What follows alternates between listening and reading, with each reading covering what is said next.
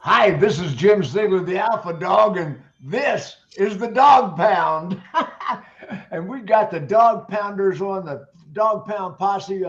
Bobbie Herron couldn't make it. Jason Harris is on vacation, but we got the three Dog Pounders on today, starting with my friend. Uh, I'm talking about what title did I give you, April? Um, what did you say? The Duchess of Duchess of Productivity. Productivity. Yeah, there you go. The Duchess of Productivity, April Simmons from the Horn Automotive Group. Hi, kid. Hey, I'm super excited. Today's just going to be a fun and spicy topic. Oh, Max is raring to go. I can see it in his face. we're talking about finance. I'll go down to Max since you pointed him out. And the king of reinsurance, the absolute monarch of Right. finance products, my buddy, direct from Moscow, Russia, the mad Russian Max Zanan. So, Jim, I'm actually in Brooklyn Oh, no, I'm sorry. in a car dealership in the F&I office. Oh, I thought wow. that was an impact Yeah, to In me. the that's why back, I was I'm going to wearing a say, the sweater. back matrix in the back. Yeah, I'm wearing a sweater because it's 37 degrees and snowing in Brooklyn. Oh, oh. So, anyway, and the empress of executive management, the queen of this woman can do everything in the dealership.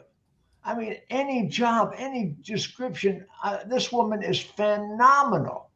My friend Jennifer Briggs. Hey, Jim, how are you doing today? I'm having the best day. Let me put you in the spotlight here a second. There you go. Well, Today we're going to talk I'm about. doing well today. We're excited to talk about this topic, and I know I always say just be prepared for any situation, but I think with the current collapse and how that can impact our industry, it's going to take a lot of bobbing and weaving. So give folks a little bit of a break that I normally do, but still that whole prior preparation and planning and managing things as efficiently as possible will help. But I don't think we're going to avoid some disasters after this Oh in our my business. gosh. The biggest bank failures since in 2008. Uh, Hmm. First of all, uh, oh golly, the Silicon Valley Bank at SVB failed, and then New York Bank failed. Signature. Signature. Everybody's getting a little nervous. Interest rates are going up in the car dealerships. The buy rates are 6, 7, 8, 9, 10%, depending on your tier level anymore. So if you're at a 10% buy level and I'm the F&I manager, that's a 13% loan. So I'm telling you right now, we've got a lot of struggles to deal with. April, you're actually working in a dealership. You're the only dealership employee on the broadcast today. What are you seeing? What are you experiencing? Well, we knew this was coming. I mean, let's face it. Those of us that have been around the block, history repeats itself. So we knew this was coming. When exactly was it going to kind of tip over a little bit? Well, it hasn't hit the ground yet, but I would say we have officially tipped. Starting to see inventory on the ground for the first time. Not massive amounts yet, but we're starting to see some inventory on the ground.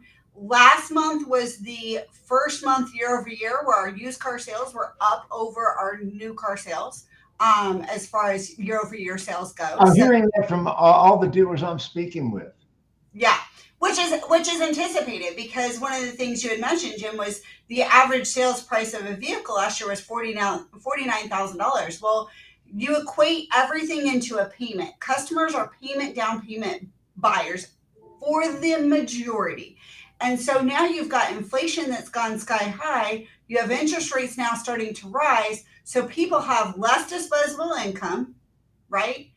They have a higher interest rate, which means a lesser priced vehicle now carries a higher payment.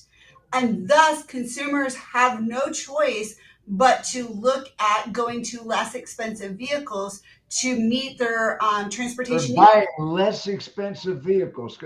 Dealers have over-contented the vehicles. They have put too much equipment in the vehicles. Now, a lot of stuff. No. I'm gonna say that's absolutely false, Jim. The OEMs have. So the OEMs, when they have decided to build vehicles at a smaller amount, they have sent us only the top 3 to 5% of the vehicles have been the majority of what we've received. So that actually, in my opinion, has been driven more by the OEMs. I would love to have a whole bunch of entry-level vehicles on my lots right now, but that's not what I control. Exactly. One of our sidebar people just said to me that people using calculators and figuring out that a used car will equate to a lower payment and all moving to used vehicles. I'm telling you what, certified pre-owns and used is the major part of the market today. If you because people are, like the user said, people using calculators because they're trying to figure out a payment. People don't care about the price. They don't care about Nope. They don't care about the interest rate. What is my payment? Bingo. Payment. Yeah, and how much can I afford? Exactly. And I think this is a really good time if you haven't already started, because we're making this transition. I think lease is going to make a huge comeback this year, a massive comeback. Leasing. I expect that the manufacturers are really going to incentivize leasing in a big way, because when we have this huge increase of interest rate, it becomes a much better, more affordable way for people to get into a lower payment, is to go ahead and lease a vehicle. So I think as new car inventory rises, we will actually see a lot of lease programs coming back out, and I think that's going to be a major deal. Most of us have not done a lot of leasing the last couple of years, so I think training on leasing, how to nobody understands how to present a lease. Right. So I think that's going to be something this year that is going to be absolutely imperative for you to work with your teams on. I was going to say, April, that goes way past this last couple of years. Regionally leasing, Texas is like 10% penetration. Of course, I come out of the Michigan market where we're 70 to 80% penetration in leasing. But I work with clients all over the country now. There's a reason, Jennifer. There's a reason. And the reason is a pay plan is a job description. And most dealers don't pay people adequately on a lease. And there's no F&I penetration. You've got maintenance contract. That's about it. Well, that's a very short-sighted strategy, because if we're talking about a one and done, great. But that's part of the problem that we're in right now. We're not considering the lifetime value of the customer, and we're not considering, because the OEM does tie a lot of money to retention and loyalty and things like that. And leasing is your surefire way. It's also a wonderful way to make sure you're going to have those CPO units for your used car lot in the future. So if you don't figure this out, and yes, it's going to be a little bit smaller of a profit for you, but you're going to have a turning consumer and turning inventory that you can take that nice 3-year-old new car with a little bit of miles on it and put it as a CPO on your used lot. This is all about the long game. Leasing Those doesn't are work. the short gamers are in trouble right now. That's another problem. Leasing does not work for the lessor. Let me explain that a second.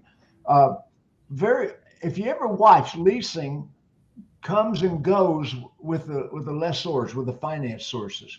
And the reason for that is, if you remember the BMW 325, the BMW 325 was one of the most leased vehicles in the world in the United States.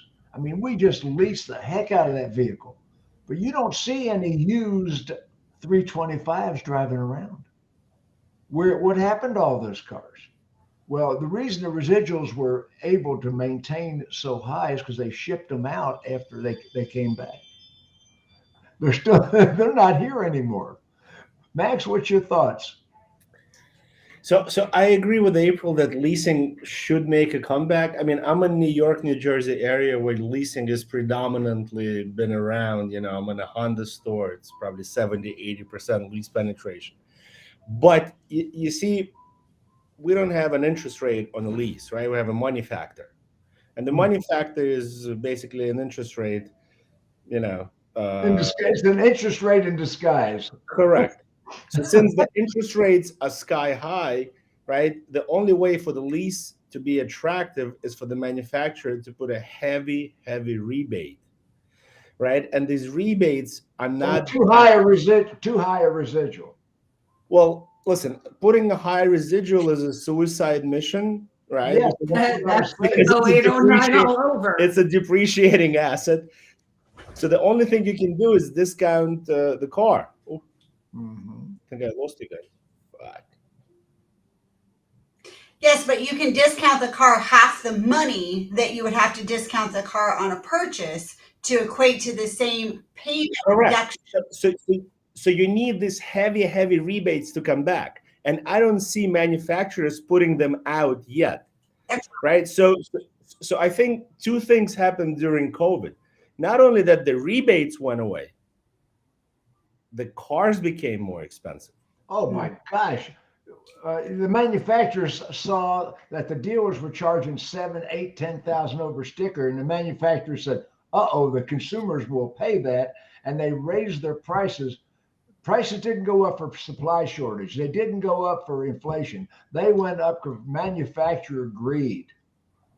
Right. So I am really saying, what I'm saying is this: we are about to see $10,000, $12,000 rebates.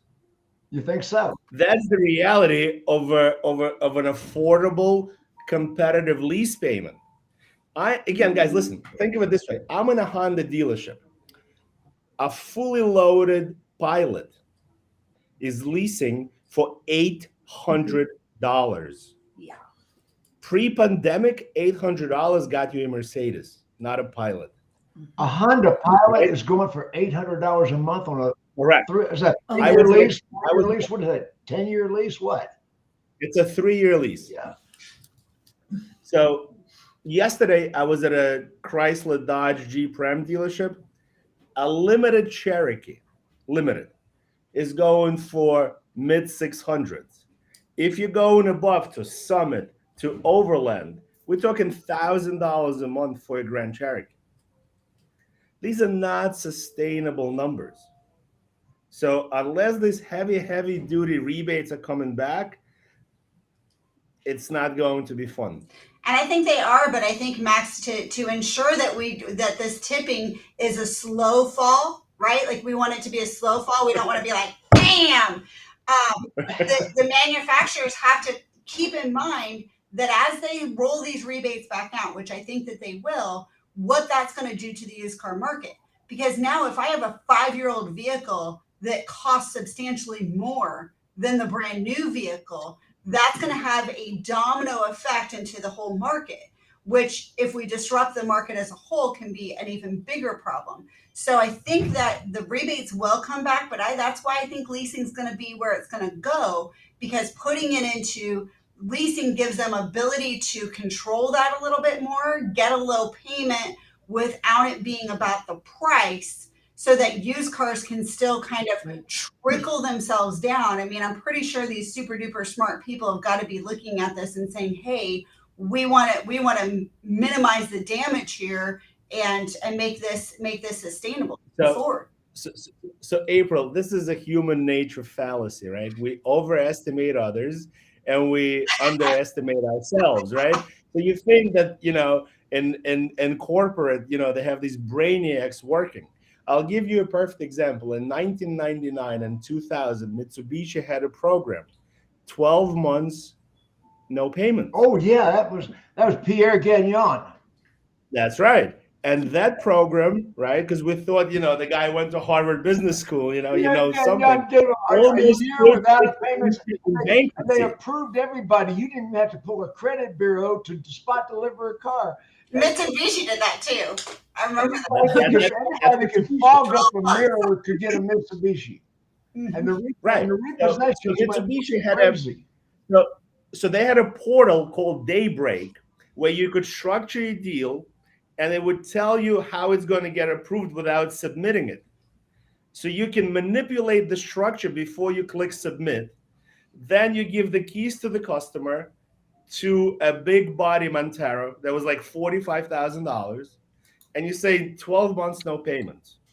Okay, but who's going to say no to them? Okay, however, I think that was a desperation move. I think when you're this close to losing it all, you have all of these vehicles built, you literally have to either go light them all on fire or hope that you can at least get penny, like collection agency, get pennies on the dollar. You just are willing to do anything to like. So I don't think they were desperate at that time. It's just an example. I didn't like Pierre. Overestimating. He had really overestimating corporate geniuses. Well, there's some of that too. I mean, proof in the pudding being SVB, this bank, right? Like, how did you not know this was going to happen? How could this have even possibly happened after all of us have been alive at least since 2008? We watched these things happen then. You saw all the smoke everywhere, right? You see the inflation. You see interest rates. Where were the regulators? How did they? That's it right there, Jim. How on earth? I mean, if FDIC is only covering X number of dollars, where were the regulations to make sure that those institutions weren't going to have, I mean, there's a ripple effect to every type of collapse, but when you throw a 500-pound boulder into a lake versus like a little 20-pound boulder, if we were following along, I mean, sorry, bad analogy because I shouldn't be throwing anything right now, but where were the regulators? I don't know. As far as the leasing goes and the programs, I know the rebates are going to come back. We were talking about this a couple months ago. I mean, Infinity put out a $6,000 rebate on the QX80 as we ended the year. We're starting to see some of these incentives come back. I think ultimately for everybody on the ground, it needs to be a combination. There's not going to be one thing that's going to save your dealership and make sure that you maintain profitability. You need to learn leasing, and hopefully your OEM gets on board. Even if your OEM doesn't get on board, one of the things that you then will have to do is start looking more closely at your used car strategy. You're going to have to look at that. And as we're looking at, and this is something I work with my clients all over the country, we are dividing that inventory into 3 types. We have our CPO units, so those core models, of course. Then we've got like that main line for what would be prime. And even in this, for instance, like Max said, it's going to be 13% for those folks. But then you have your subprime. So if you just think about it, like your investment strategies, if you're investing for your retirement, you're going to diversify. Just like maybe that bank should have done a little bit, but you've got to look at your used car inventory the same way, because April made the point that when consumers are shopping by a payment and the interest rates keep going up and up and up, what they're searching for then is a vehicle, and I almost said unit, I know they wouldn't call it that, but a unit that will help them hit that payment regardless of the interest rate. So you've got to know your demographic, and you need to start really looking at your used car inventory. Yep. Because I agree with Max, they're not going to jump all the way in. They're not going to go directly into the $7,000 rebates. And I've moved a lot of Chevy Silverados in my life. So I've seen those $12,000 rebates, but I think it should be a stair step in, but we as operators can't sit around and wait. No. You've got to be proactive and start diversifying. Well, and the biggest one, it goes back to, we talked a lot about, acquisition when we didn't have new cars to sell, but now the strategy is more important than it was even then, because now the most important thing, you could have let's call a spade. You could have had a 150-day turn on used cars over the last 2 years and it didn't matter. Like, you didn't have to even look at it. Did not matter. But now, if you are going past about a 30-day turn, you might have some issues. So the name of the game has got to be 85% turn under 30 days, period. If you don't keep a 30-day turn right now, you are in big trouble, because if they're predicting a 20% additional drop in used car values in the next 30, 60 days, you don't know what the next 30, 60 days beyond that's going to look like. Bingo. Bingo. And you that gotta also aggressively means, getting cars, but then aggressively having a strategy to move them out quickly. right, recon, perfect. Thank you, April. That's exactly where my head was going. Just sourcing is one thing, picking out that diversified inventory is another, but you better make sure that gets through the shop. You better make sure it gets through detail. So day one is the day you write the check and say, I'm willing to buy it. That's day one. So 30 days means that it's got to get through the shop, frontline, pictured and on your website in like 3 days. Like 3 days. You've got to have a strategy to move that inventory up front very, very quickly, or you'll be dead in the water. Or I shouldn't say dead in the water. You have potential to have loss, which we're all here to not have losses. We like the black. Okay, now the other issue is that consumers right now are afraid of their money. Everybody, not just running on the SVB Bank, they're tightening down right now. The stock market crashed the last couple of days, went back up, crashed again. I mean, consumers are afraid. When consumers are afraid, they don't buy cars. Mm-hmm. Well, they buy need cars. They don't buy want cars. So there's still, we will always, I mean, we survived 2008, right? We all survived 2008 by understanding that you're still going to have people who need automobiles. We are not in the luxury space, right? Of selling yachts or, high dollar items. We are in the need business first and the want business second. So as long as we understand going into this, we have a lot of needs customers out there. We have a lot of needs customers that we didn't help the last couple of years. We have a significant amount of opportunity. It will just look different than it did the last few years. Well, the manufacturer's still clinging to built to order. Okay, so let me jump on that one, Jim. This one gets really fun.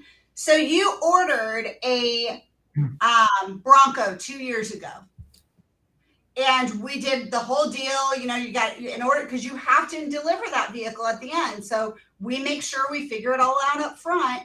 They will guarantee the MSRP when you order it. What is not guaranteed is the interest rate.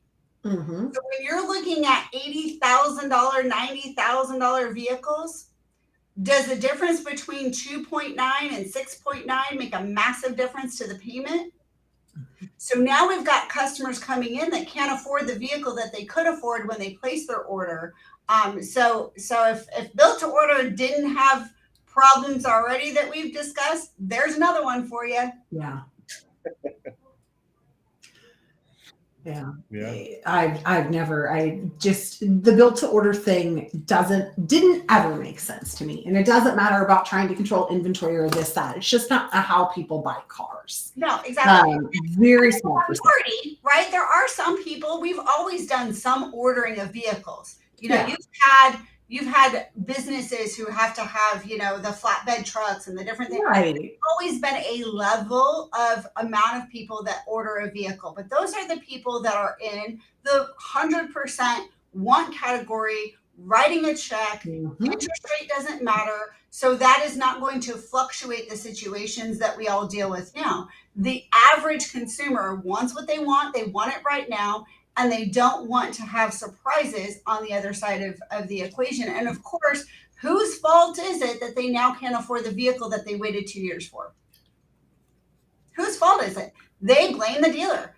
Of course, the dealer's to blame for everything in the consumer's eye. Mm-hmm. Yeah, so we're the one, because to them, we're the one raising the interest rate. It's not the bank, regardless of what they see on TV, regardless of the news articles. It's the dealership's fault. So now all of these pre-orders, we're going to have a massive amount of them that are going to be lost. They're just, whether it be from fear, it could just be from the fear as we just discussed, but it also can be from the fact that now we've priced them out of affordability from the time they ordered it to the time we deliver it. Yeah, absolutely. Or maybe the ether wore off. Or that, and maybe I realized that I don't need an $80,000 Bronco. Well, yeah, with the current economy, I think a lot of people might come to that realization real quick. Exactly. Yeah. Exactly. Yeah. And I'm just going to say, well, the interest rate is too high.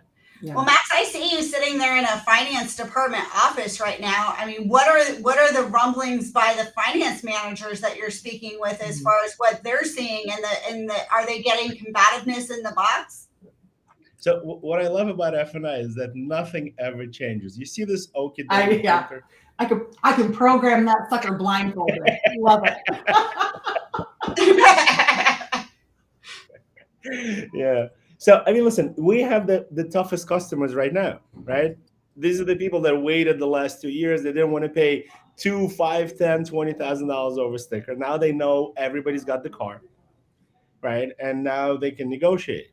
So I think it's actually becoming much, much easier for the finance managers. Okay. Because before, customers were maxed out in the front. Yeah.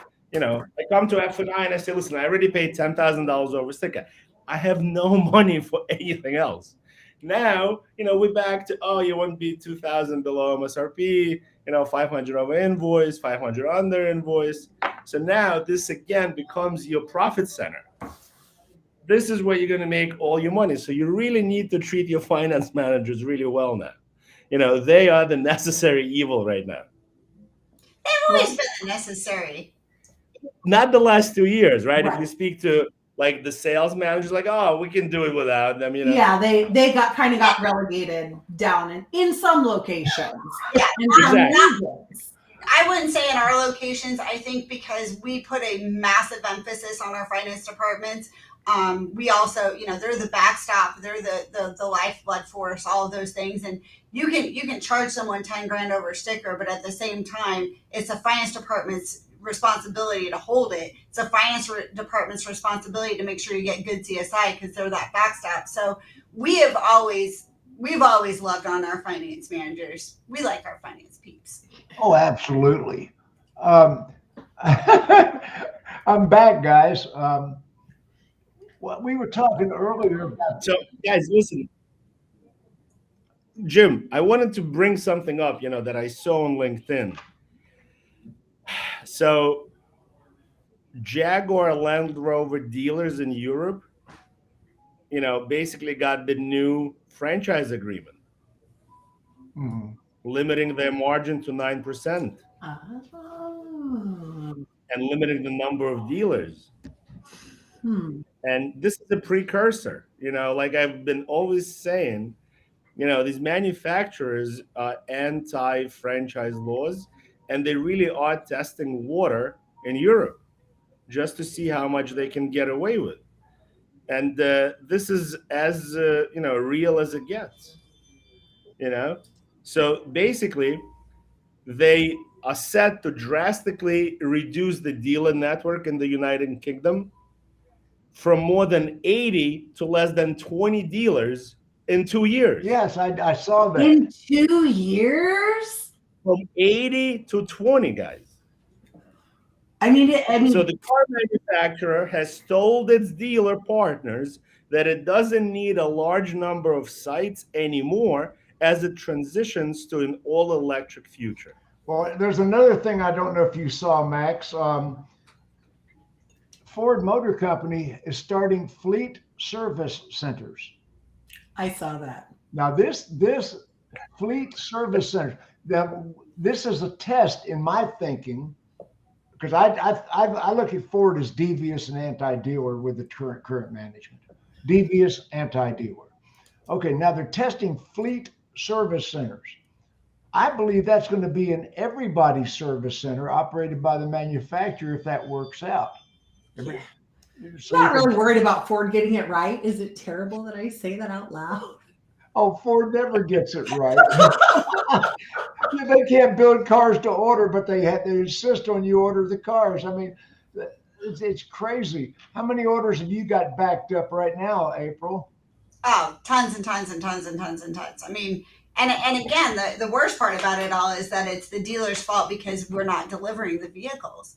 So it's really disheartening when you have to tell a customer, we're really sorry that we haven't, gotten the vehicle to you yet. But what are you going to do about it? There's nothing I can do about it. I can't drive to to Detroit and build the thing myself, I in some cases would, because I mean we've had some pretty hot And customers. if it was a Swing through on Bronco, the way, April. I'm on your way. I'll help.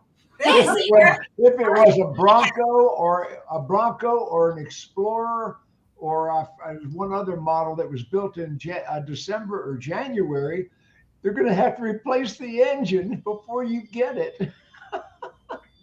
Yeah, that's a real winner. Now Hyundai has got a secret recall on engines, and so does Honda. I mean,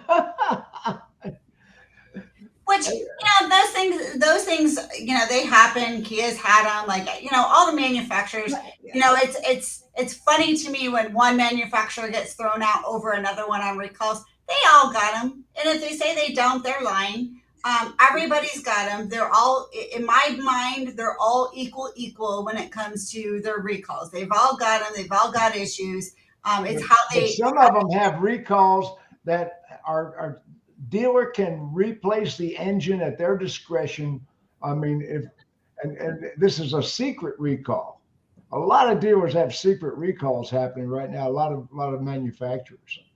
Hey, you know what? I'm all for those because we get paid to replace those engines. So yeah, I was going to say, I don't know if they're not being broadcast to the public, but of course through your OEM system, you're getting your lists, and it's a matter of, like April said, especially if you're looking at some diminishing margins in the front of the house, making sure that you're properly utilizing that. As we talk about the constriction that's happening across the board, remember what we said earlier, it is about making sure that you have a variety of different things that you're doing to make sure you're diversifying your profit. And so listen, I've had to put like roadblock stoppers on my service page websites back in the day when Chevy went through their litany of things. So I'm not going to pick on one OEM over another unless they continue to do very hateful dealer things. And so you're going to pick on Ford. I'll pick on Ford, but not about the recall. It's a little bit different. But you as a dealer need to make sure that you're looking. And some of these recalls, you may not have the bay, you may not have the text.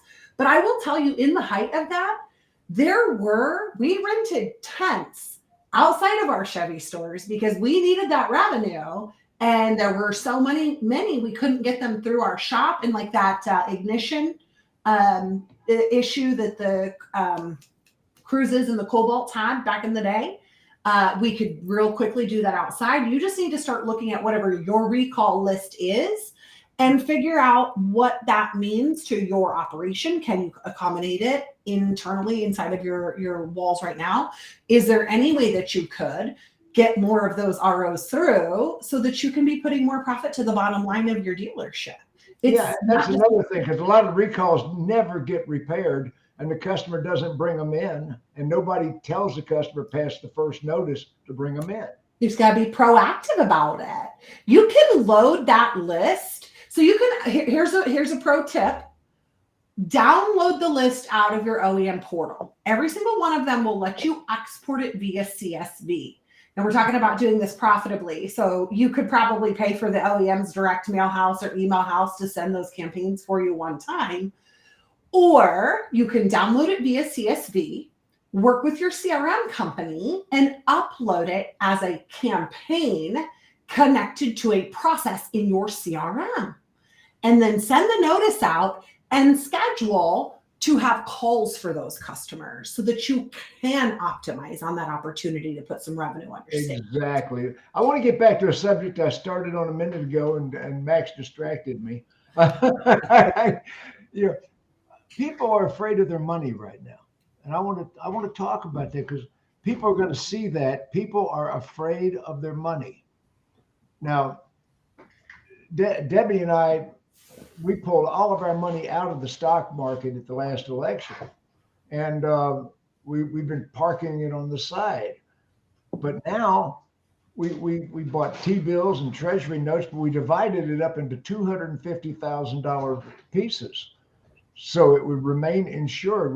We divided all the money we have into $250 bills, and so every one of them would be insured by FDIC. And I'm sure if I'm doing it, other people are doing it. That I have been through several recessions, the 70s and the 80s and the 2008. And I'm going to tell you right now, 1991, worst recession other than 2008. It was bad when the Gulf War was on. Cars stopped selling. When people get afraid of their money, cars stop selling. I personally am afraid of my money. I am afraid of my money. I'm afraid of inflation. I'm afraid of the banks crashing. I'm afraid of all of it. And if I'm afraid, I know there's a lot of other people that are afraid. And we better hunker down and we better get ready for what's coming. What do you think, April? I think you're absolutely right. And even a scarier situation to that is you're scared of your money. I'm scared of my money. A lot of customers out there are, but why are we? Because we've actually been through this before. But we have a massive amount of people that are of buying age in the consumer demographic now that actually have not been through any of it.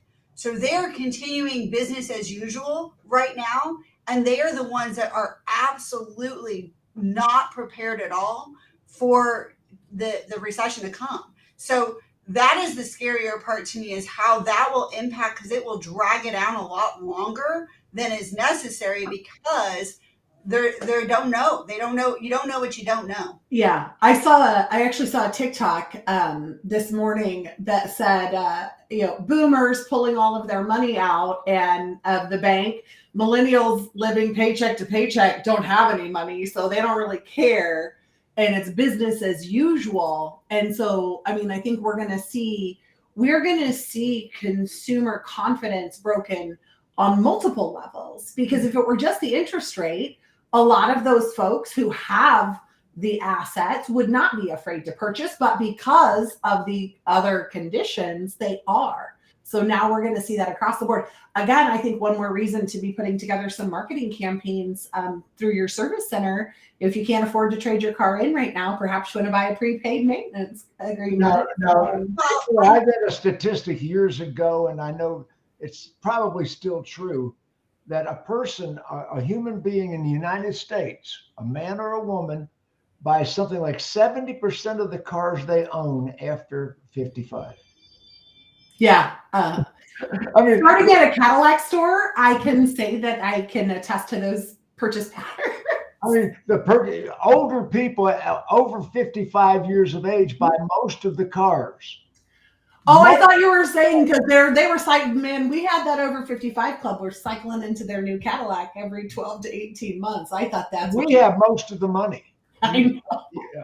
Well, there's a good reason for that, Jim. Yeah, you had a head start. Right. Well, I think the other thing we've got to consider is that the fears then are going to be different. So overcoming objections and understanding the customer sitting in front of us as we're overcoming those objections is going to be key. We have to hear what their fear is, what their objection is, and train our teams to understand that Jim's fear versus Max's fear versus Jennifer's fear is going to be different, and make sure that we're training our teams properly to overcome those different objections. And not so much training our teams, April. This is a marketing issue. You're not going to see these people to train your teams to deal with them. They're not going to come in. They're going to pull out of the market and not buy cars. We have to inspire them to buy cars. We've got to market. Marketing is a bigger issue right now than training, and training is a huge issue. It is, but I think marketing is a bigger issue. Yes, go ahead. I agree, and I think Jennifer is spot on. But I think the first thing we have to understand is we have all of this information in our CRMs. We have all of this data. We have the ability to go into our service departments and do the things we haven't been able to do the last few years because we didn't have a vehicle to swap them out of. We actually have a whole lot of opportunity. That doesn't necessarily mean go increase your marketing budgets or anything, but to actually just tweak the messaging, make sure that you are setting up in your marketing has to be aligned with those same type of objections, meaning that I'm talking to Jim differently in my marketing message versus Jennifer. If I have somebody who had a really high interest rate 5 years ago, that's a consumer that, quite frankly, right now, I might be able to still lower their payment, lower their rate, because they've done some good things. So right. I think we have a lot of opportunity because we still have a massive amount of pent-up demand, whether it be from need or want, that we just have to recognize what the fears are, align with those fears, and then solve problems. Nobody's better at solving problems and putting butts in seats of cars than automotive industry. And I think we will overcome this like we do everything else. It'll be painful, it'll hurt, but we'll all grow from it and it'll be fine. Well, I think I want to add on to what April was just saying. I think it does mean you're going to definitely change your marketing strategy and direction, and you're going to be doing a lot more outbound than inbound. Because like Jim said, people are afraid of their money. They're not going to just be coming in. So you are going to have to get proactive at selling the reason why it makes sense for them to do it. And if they're not contacting you, you have to have your outbound processes and campaigns to govern on point. Very good. Outbound. I mean, that's what a business development center was supposed to be all along, but for some reason we've treated it like a glorified receptionist. It started out as a Traver phone room. Remember that? Listen, I had the Traver training. I had that person right behind me with that hard card stock. Stick to the card to the card. Sorry. I think you guys are talking about making lemonade out of lemons. We always do. Yeah, but it's not enough, unless OEMs get involved, right, and really understand that they need to drop the prices to make the cars affordable, right? And that's what Elon Musk did, right? He voluntarily reduced price of all of his Tesla models, right? And I don't feel like that was like a... That was nothing for the consumer. That was a flipping the bird to the fact that they weren't getting the same government subsidies that others were getting. That was, I'll show you and give it to the customer anyway. I don't think that. But I don't think consumers look at it that way. Consumers just see that somebody reduced the MSRP. That's the only point that registers in the consumer's mind. And they say, well, Tesla did this on this side, right? But nobody else did this on that side.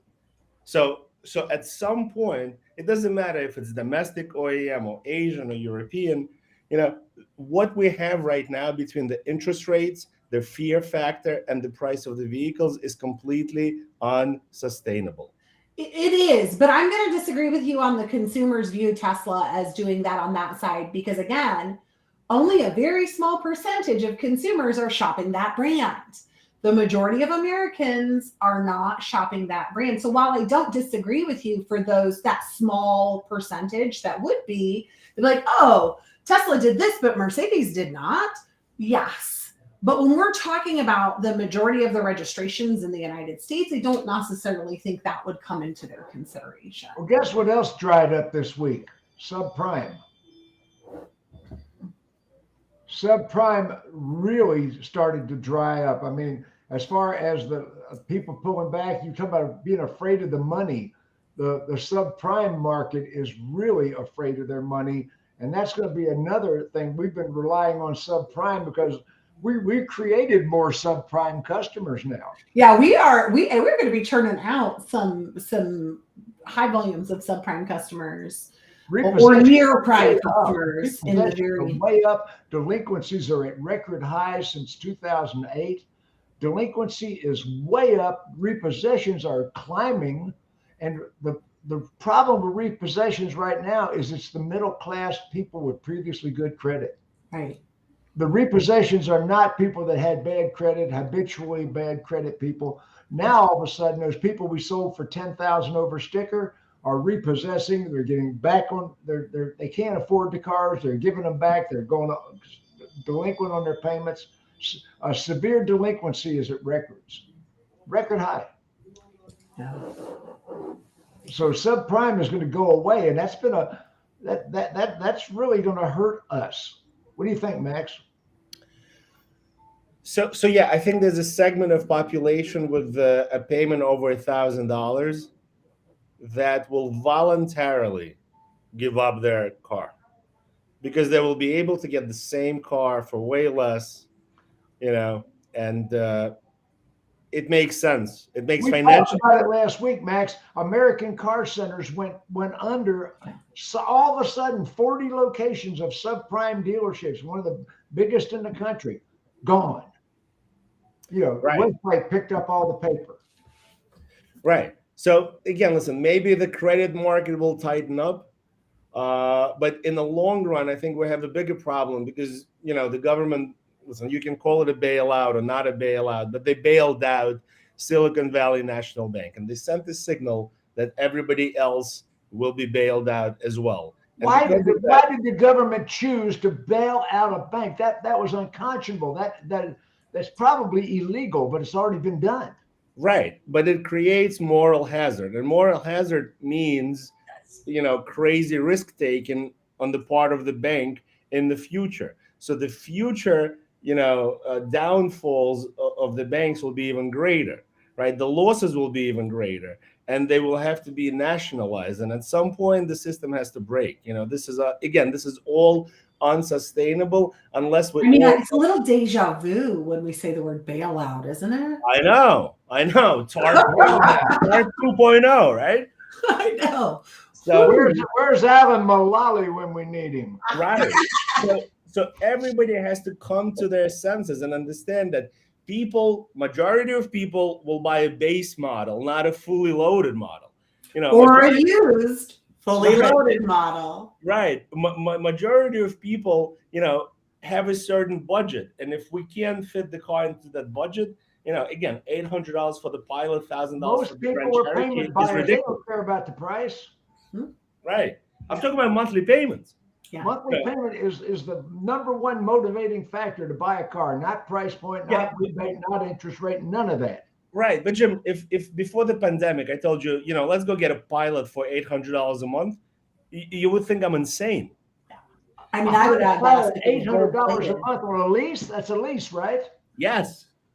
That's crazy. How much down on that lease? Wait a minute. That's a sign and drive, 0 down. Sign and drive. Okay, yeah. Sign and drive, $800 a month on a Honda Pilot. Yeah. That's Fully loaded, but it's still insane, right? Yeah. The same way as the Grand Cherokee for $700 is insane.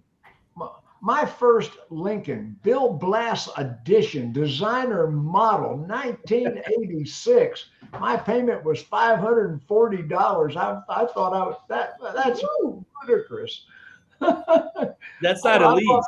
I bought one of the top luxury cars of that day in the market. The Bill Blass edition, man, I was high and fly. You know, just unbelievable. Yeah. I don't know. I'm just sitting here old school thinking of my $129, a legit $129 a month lease. You know, while there's no way, no amount of rebates are ever going to get us back to that day, but what Max is saying is absolutely correct. And you know, you guys, this is a tough topic we're talking about, especially if Max and I are agreeing on things. But it is not sustainable. The American consumer, and I feel like I'm always sticking up for the little guy here, but I mean, yeah, a Honda Pilot is a nice car. Don't get me wrong.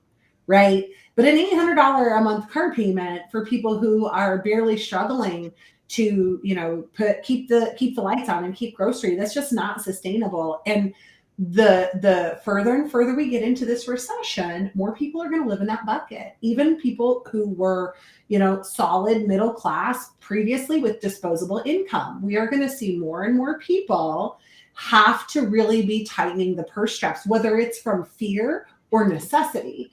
And so something has to give. And I'm just a control freak. So yes, I agree with you, Max, that the OEM needs to do something, but also as a dealer, you really need to make sure that you're ready to weather this storm. And you can't, and unfortunately, the OEM not always makes us feel like they will support us and be there with us. So you've got to be looking at outbound. You've got to be building up the revenue in your service department. And you have to be, and I've been saying this for a long time, you have to make sure that in the front of the house, your used car department is what you're leaning on. Because if you can't get those consumers bought on the new car, if the interest rate is going to take that segment out of the market, whether it's for 12 months, 18 months, 24 months, you still have to make all of your payments. So you don't become those people sliding in too. the paycheck to paycheck. So you got to take control of it. You know, one thing I find really interesting is that I always we talk in our group a lot about unintended consequences, but I also like this other one of an unintended advantage, because when we're talking about a recession and we're talking about a bailout of a major bank, who's the one who's actually going to pay for that? It's the middle class, right? You look at what Carvana just recently did, and we can get into a debate about it, but let's just call a spade a spade. These people who have massive amounts of money are not being regulated. They're just being allowed, oh, you made a mistake, but it might actually impact people worse. So we'll just give you a slap on the hand, we'll bail you out, and we'll just move forward with business. But that means it's bigger than the OEMs. Well, let's talk about, we all know what the unintended consequences of that are. We've all witnessed it. It is a recession. It's a recession that's going to hurt. It's a recession that's going to be difficult. But let's talk about the unintended advantage. This is where the OEMs are now going to have to throw in the towel of changing franchise laws, because the only people who are going to go belly up side by side with a person that is a middle class of people buying the cars to help take the fear away and help them get into a vehicle that they need and can afford by a payment is going to be the dealer. A vehicle they need and afford, and with options that they don't need. I mean, we are loading options onto cars that they really don't need. Yeah. I mean, so there's disadvantage here in all of this, but I think the one advantage that's going to come out of it is that this idea that the franchise laws need to be changed or don't exist or whatever is going to get thrown out the window, because the dealer becomes the most important thing, is the person to person. I am here to help you and I care about you. And if you authentically feel that way about your customers get that, and then it puts them at ease so that they can buy the car they need. Now the manufacturers have got subscription accessories.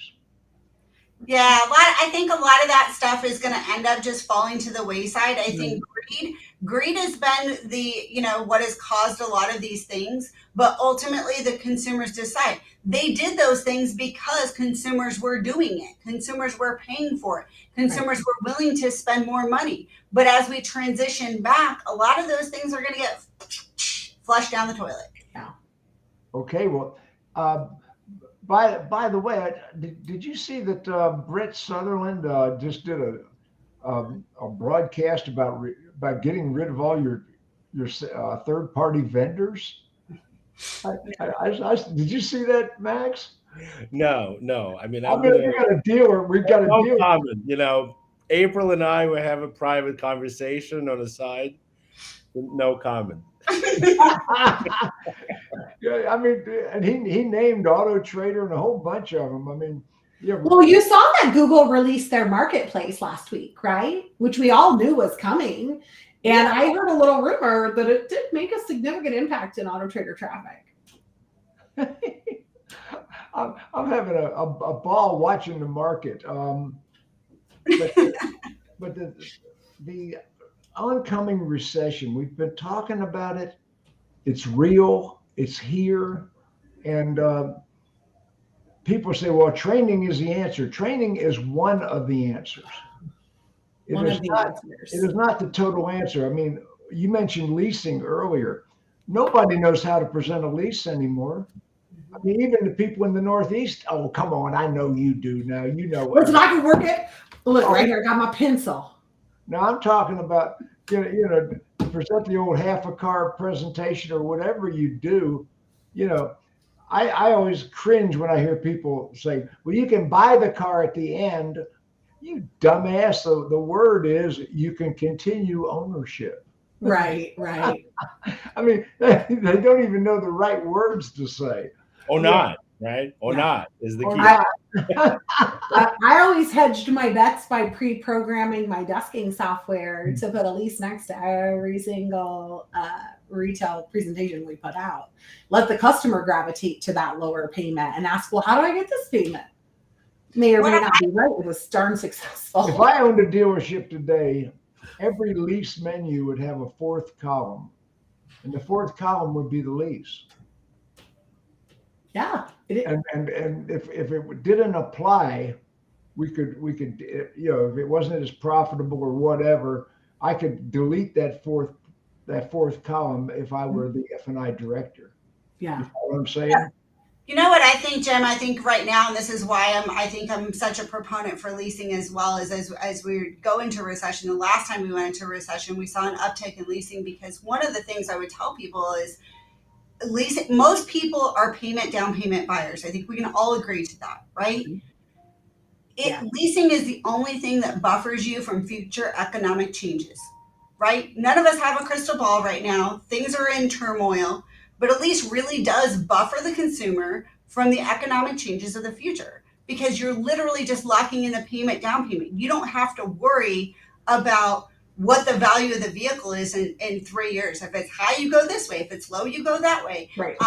Things change. You can get out of it. There's just a lot of advantages, and leasing is different state by state. We are a low percentage here, but we have a lot of advantages built into our leasing because there's a lot of state mandated things. So you have to be careful on that. But at least in Arizona, I feel like leasing is one of the best options to really help consumers see that it is one of the greatest ways to buffer yourself from what we don't know the next couple of years are going to hold. I agree with that 100%. And for those of you who need to go back and watch it, we're at minute.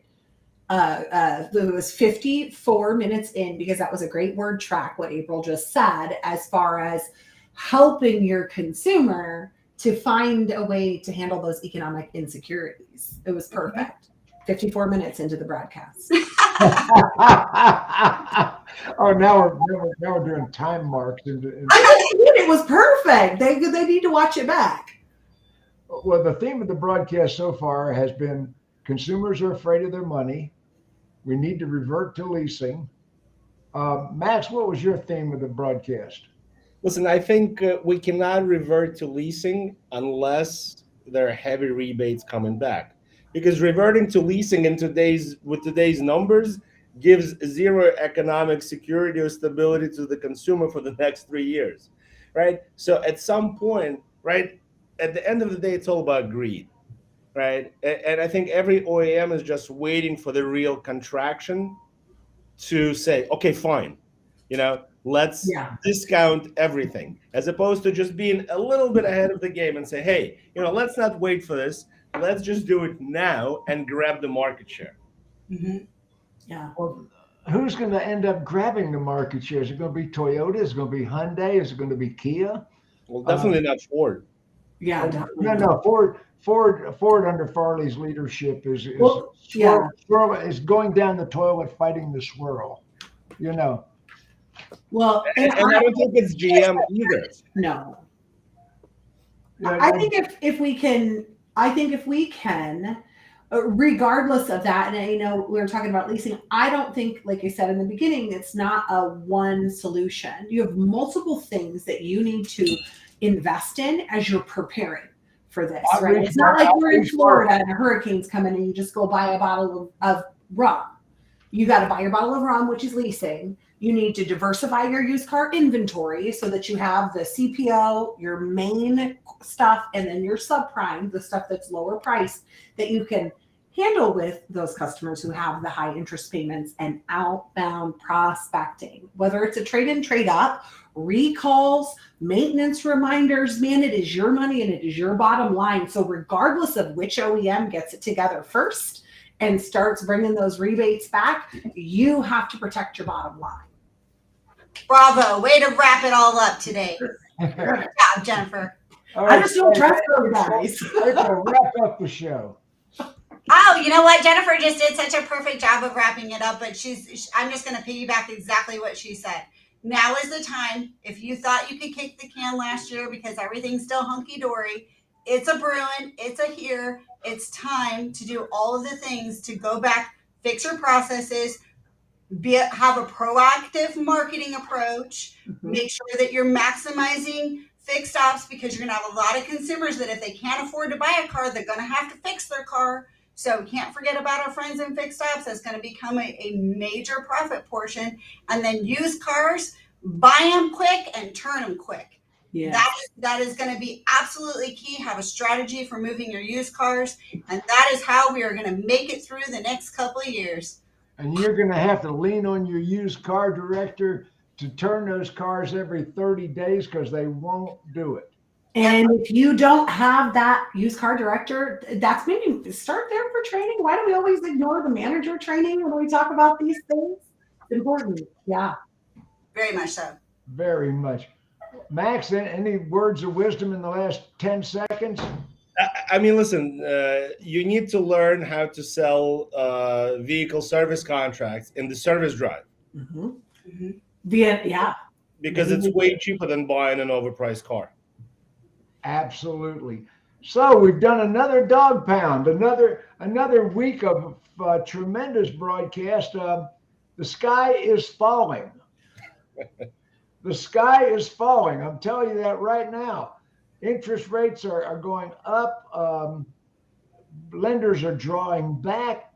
Your consumers are afraid of their money. Their car sales are going to be a little tougher. You can grow or you can die, but you cannot stay where you are. Mm-hmm. Understand that. Everybody wave goodbye.